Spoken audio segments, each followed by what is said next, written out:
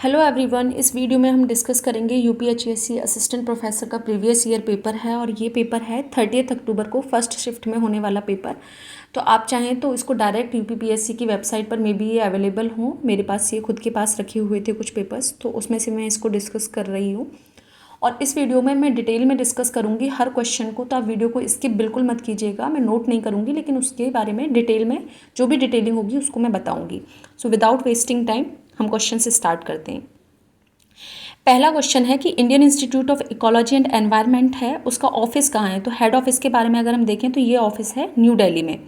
मैं मार्क भी कर देती हूँ, इसका ऑफिस है न्यू दिल्ली में। Answer number 1 is correct. Just a second, मैं इसको थोड़ा सा जूम कर लेती हूँ, मे बी आप लोगों को कम दिख रहा हो तो मैं इसको थोड़ा सा बड़ा कर देती हूँ।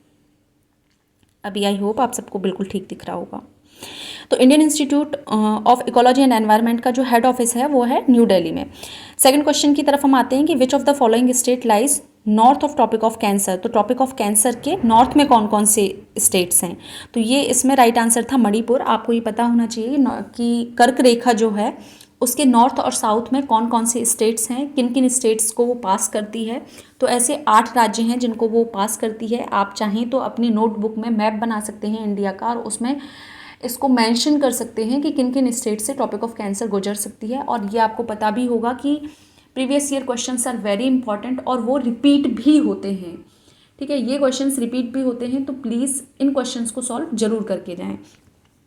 तो टॉपिक ऑफ कैंसर किस हमारी 8 स्टेट्स को क्रॉस करती है और इसमें आंसर था मणिपुर। कौन कौन से वो स्टेट्स हैं? गुजरात, राजस्थान, मध्य प्रदेश, छत्तीसगढ़, झारखंड, वेस्ट बंगाल, त्रिपुरा और मिजोरम। कितने स्टेट्स को करती है? 8 स्टेट्स को। ठीक है, नेक्स्ट क्वेश्चन पर हम आ जाते हैं। Which one of the following state is ranked economically at the top but lowest on the basis of sex ratio. ऐसा कौन सा राज्य है जो कि पर कैपिटा इनकम के बेसिस पे अगर हम देखें कि उसकी इनकम तो बहुत ज़्यादा है, वैसे फाइनेंशियली डेवलप्ड है, लेकिन अगर सेक्स रेशियो की बात करें, लिंगानुपात की बात करें, तो वो बहुत नीचे आता है। तो ऐसे राज्य के बारे में आप सभी को पता है कि ये कौन सा है? हरियाणा है, जो कि बहुत ही इनफेमस है इस चीज़ के लिए। और हरियाणा का सेक्स रेशियो जो है 2011 के अकॉर्डिंग दैट इज़ 879। मैं आपको यहाँ लिख भी देती हूँ, दैट इज़ 879। नेक्स्ट क्वेश्चन पर आ जाते हैं। अब आपके दिमाग में ये भी आ रहा होगा कि हरियाणा ही वो स्टेट है क्या जिसकी सबसे ज़्यादा इनकम है। तो ऐसा नहीं है, सबसे ऊपर गोवा और सिक्किम थे, लेकिन ऑप्शन में जो भी अवेलेबल हैं एमपी, वेस्ट बंगाल, हरियाणा और महाराष्ट्र, तो इन चारों ऑप्शन में हरियाणा सबसे टॉप पर था। नेक्स्ट क्वेश्चन पर हम आ जाते हैं। What is the name of the layer of atmosphere close to the earth surface. ऐसी कौन सी लेयर है जो कि हमारे अर्थ सरफेस, पृथ्वी तल के सबसे निकट है। तो ये इसका राइट आंसर था ट्रोपोस्फेयर, दैट इज़ क्षोभ मंडल। आप लोगों ने ज्योग्राफी में पढ़ा होगा, बेसिक ज्योग्राफी में ये दिया हुआ है। मैंने शायद एक वीडियो भी बनाई है इस पर और मैं एक बार चेक कर लूँगी, अगर नहीं बनाई है तो मैं आपको इसके बारे में बता दूंगी कि आपको जीएस के लिए कौन कौन से सोर्सेज फॉलो करने चाहिए। वैसे आई थिंक मैंने ये वीडियो बनाई है, एक बार आप देख लीजिएगा। नेक्स्ट क्वेश्चन पर हम आ जाते हैं कि नेक्स्ट क्वेश्चन है ये, as per the estimate of ministry of government of India owing to कोविड-19 lockdown GDP of India crest in the first quarter of the physical year 2020-21-22। तो भारत सरकार के मंत्रालय के अनुसार कोविड-19 लॉकडाउन के कारण वित्तीय वर्ष 2020-21 के प्रथम तिमाही में भारत की सकल घरेलू उत्पाद में कितनी गिरावट आई थी। ये क्वेश्चन इन्होंने दे दिया है इकोनॉमिक सर्वे से। इकोनॉमिक सर्वे और बजट भी बहुत इंपॉर्टेंट होते हैं इकोनॉमिक्स में, और इकोनॉमिक्स में जितने भी क्वेश्चन आते हैं वो सारे करंट बेस्ड क्वेश्चन आते हैं, कोई भी स्टैटिक जीके का क्वेश्चन नहीं होता है। तो इस क्वेश्चन का राइट आंसर था 23.9। ये डी वाला जो ऑप्शन है ये बिल्कुल करेक्ट आंसर था इसमें, लेकिन आप इसको अभी के लिए स्किप कर सकते हैं। जब आप एग्ज़ाम अटैम्प्ट करेंगे तो इकोनॉमिक सर्वे और बजट दोबारा से आ जाएगा और वो आपके लिए इंपॉर्टेंट होगा उस टाइम पर। नेक्स्ट क्वेश्चन हम देखते हैं। विच of the following country is not a member of quad. तो ये क्वेश्चन आ गया हमारा, आई एम जूमिंग इट। अगर वीडियो को लेकर कोई भी दिक्कत हो इस पेपर को लेकर तो आप बताइएगा, इसको मैं टेलीग्राम पर भी अपलोड कर दूंगी। विच of the following country is not a member of quad. तो क्वाड का कौन सा मेंबर नहीं है। तो आपको पता होगा कि क्वाड क्या है। क्वाड है एक इंटरनेशनल ऑर्गेनाइजेशन है जो कि चाइना को काउंटर करने के लिए बनाया गया था और क्वाड का मतलब ही होता है दैट इज़ अ क्वाड्रिलेटरल, यानी कि क्वाड का मतलब है 4 लोग इसके ग्रुप के मेंबर हैं। तो इसमें कौन कौन से मेंबर हैं? इसमें जापान, ऑस्ट्रेलिया, यूएसए तीनों मेंबर हैं और 4th मेंबर था इसमें इंडिया। तो इसका राइट आंसर है, कौन सा इसका मेंबर नहीं है? Option B is correct. South Korea इसका मेंबर नहीं है। नेक्स्ट क्वेश्चन पर को अगर हम देखें, teachers performance is evaluated objectively by. ये क्वेश्चन काफ़ी डिस्प्यूटेड था और इसके आंसर्स में दोनों ही ठीक थे। FIACS और रेटिंग स्किल दोनों को ही कंसीडर किया गया था आंसर की में, फाइनल आंसर की जो आई थी कमीशन की साइड से। तो इसके A और C दोनों ही ऑप्शन बिल्कुल ठीक हैं। नेक्स्ट क्वेश्चन को हम देखते हैं, pictorial representation of data using symbols is known as. ये बहुत ही सिंपल क्वेश्चन है कि संकेतों की मदद से आंकड़ों में चित्र में प्रस्तुति को कहते हैं। तो क्या कहते हैं? चित्र आरेख, पिक्टोग्राफ। नेक्स्ट क्वेश्चन देखते हैं, word conference on education for all was held in 1990 और ये कहाँ हुई थी? तो ये कहाँ हुई थी? आप लोगों ने इसको देखा होगा। तो ये जिनेवा में नहीं, ये हुई थी थाईलैंड में। सबके लिए शिक्षा विश्व सम्मेलन 1990 का हुआ था, ये हुआ था थाईलैंड में। तो नेक्स्ट क्वेश्चन है, to control region wise higher education in India UGC open 6 centres at Pune. कहाँ किए थे आप? In the mid of the question भी आपको लाइंस में भी दिया हुआ होता है, बहुत सारी डिटेल्स दी होती हैं। तो आप नेक्स्ट अभी अपकमिंग जो एग्ज़ाम है उसके लिए इन चीज़ों को भी याद रखें। हो सकता है कि नेक्स्ट टाइम पे आपको पूछ लें कि कितने सेंटर्स थे UGC के और इनमें से कौन सा नहीं है। तो कौन कौन से हैं? पुणे, हैदराबाद, कोलकाता, भोपाल, गुवाहाटी एंड बेंगलुरु। और इसमें से राइट आंसर क्या है? तो अगर आप देखेंगे इनको खासकर, तो UGC जो हुआ था वो एस्टेब्लिश हुआ था 1956 में और ये कहीं भी ऑप्शन में गिवन नहीं है, इसलिए इसका कोई भी ऑप्शन करेक्ट नहीं होगा। नेक्स्ट क्वेश्चन पर आ जाते हैं हम। नेक्स्ट क्वेश्चन है कि in which of the following randomization is not done. यादृच्छिकरण किस में नहीं होता है? तो ये सैम्पलिंग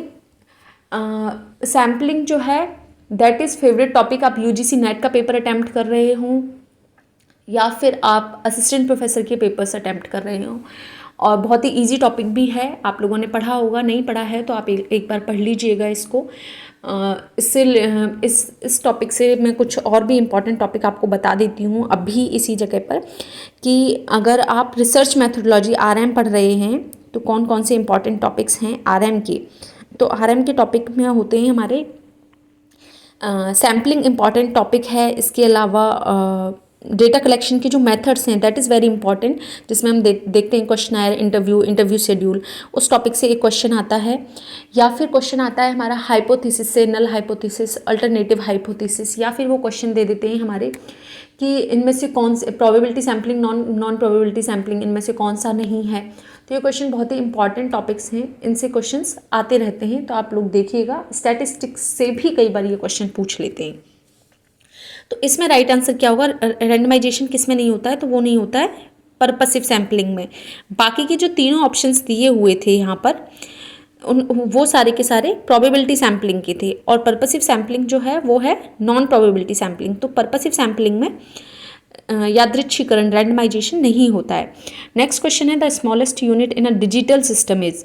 तो डिजिटल सिस्टम में स्मॉलेस्ट यूनिट क्या है? तो वो यूनिट है बिट।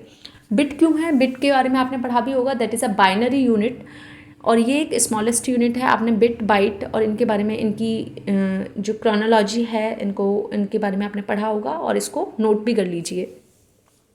नेक्स्ट क्वेश्चन है कि IP की फुल फॉर्म क्या है? इंटरनेट टर्मिनोलॉजी है, IP की फुल फॉर्म है internet protocol. That is a very easy question. Next question is in reference to digital storage blu ray disc.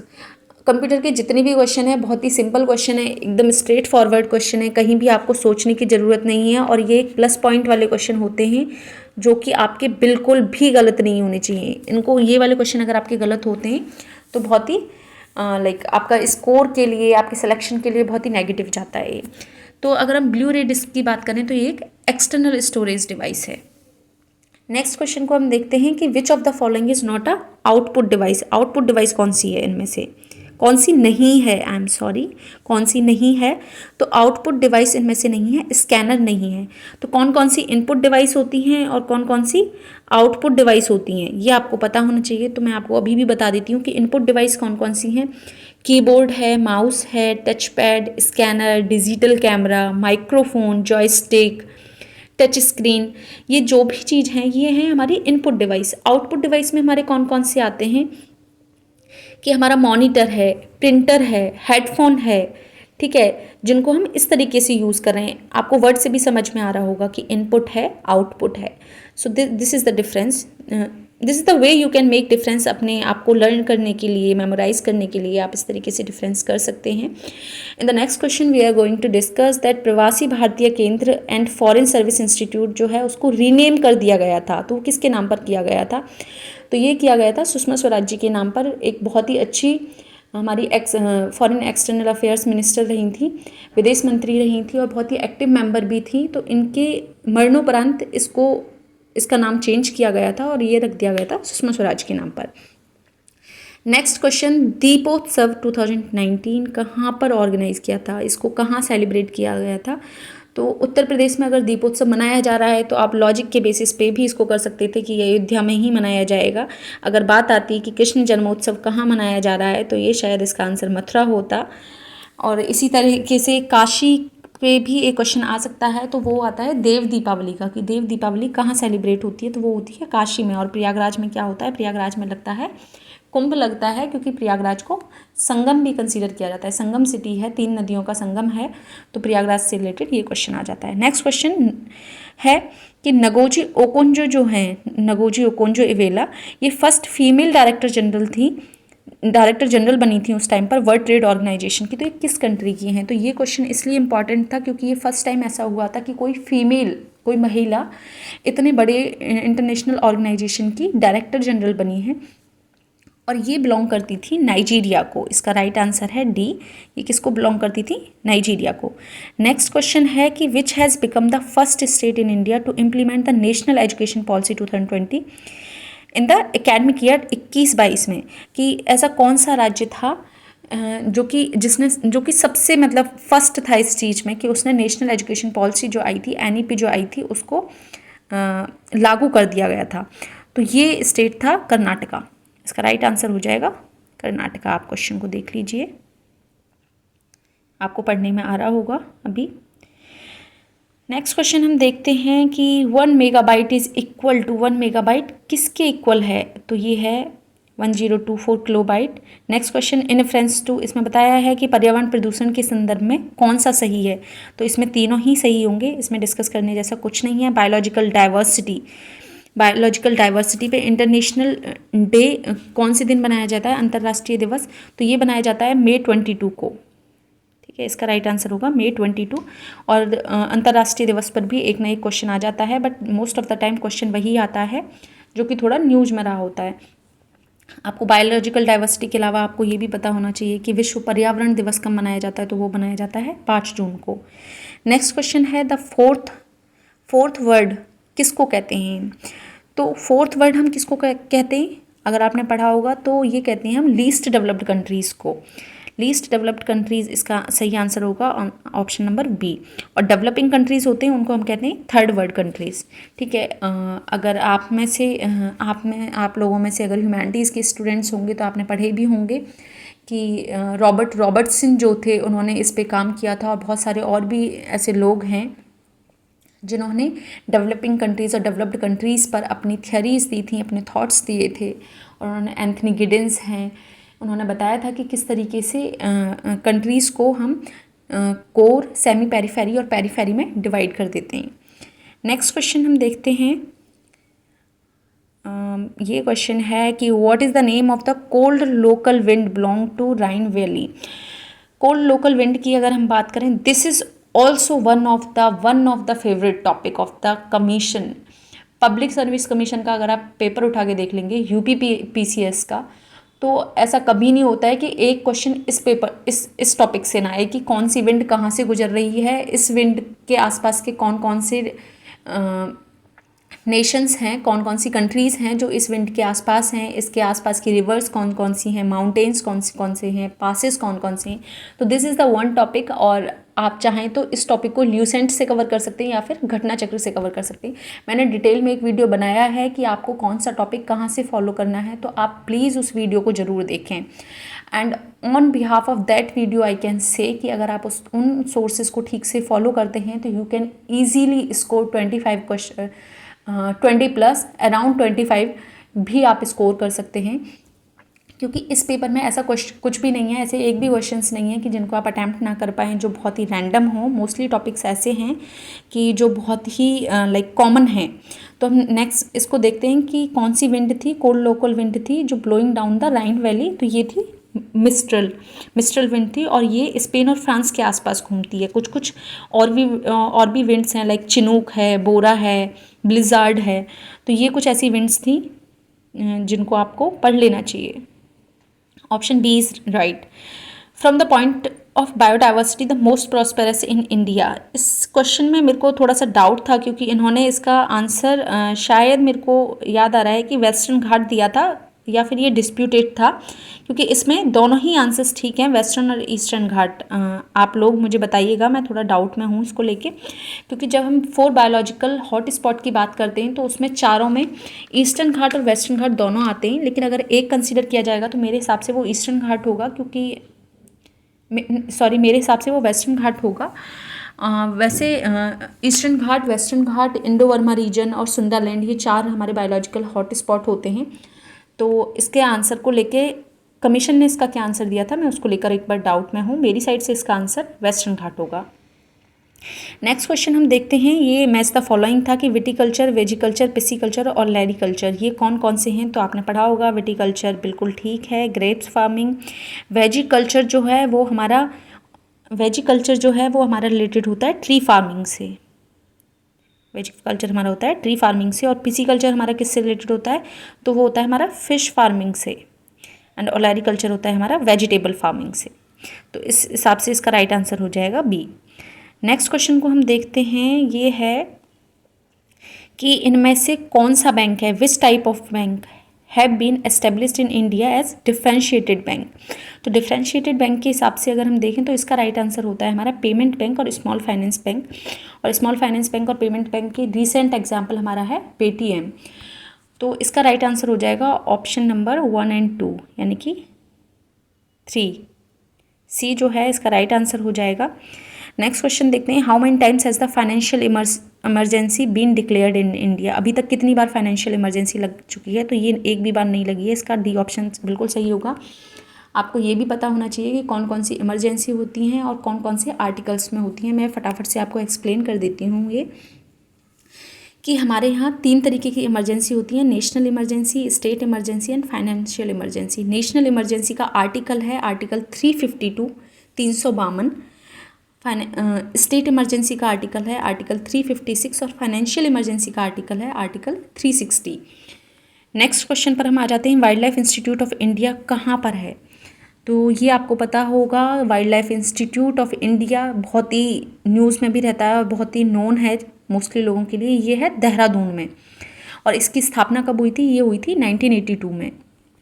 Next question को हम देखते हैं कि वंधन विकास योजना। नेक्स्ट क्वेश्चन है कि वंधन विकास योजना जो है विच, ये से रिलेटेड है कि which state was declared as a model state for Vandhan Vikas Yojana. तो वंधन विकास योजना पर मैं आपको सबसे पहले इससे रिलेटेड एक फैक्ट बता देती हूँ कि वंधन विकास योजना ये कौन सी नोडल एजेंसी है, कौन इसको वो करता है, तो इसको करता है ट्राइफेड।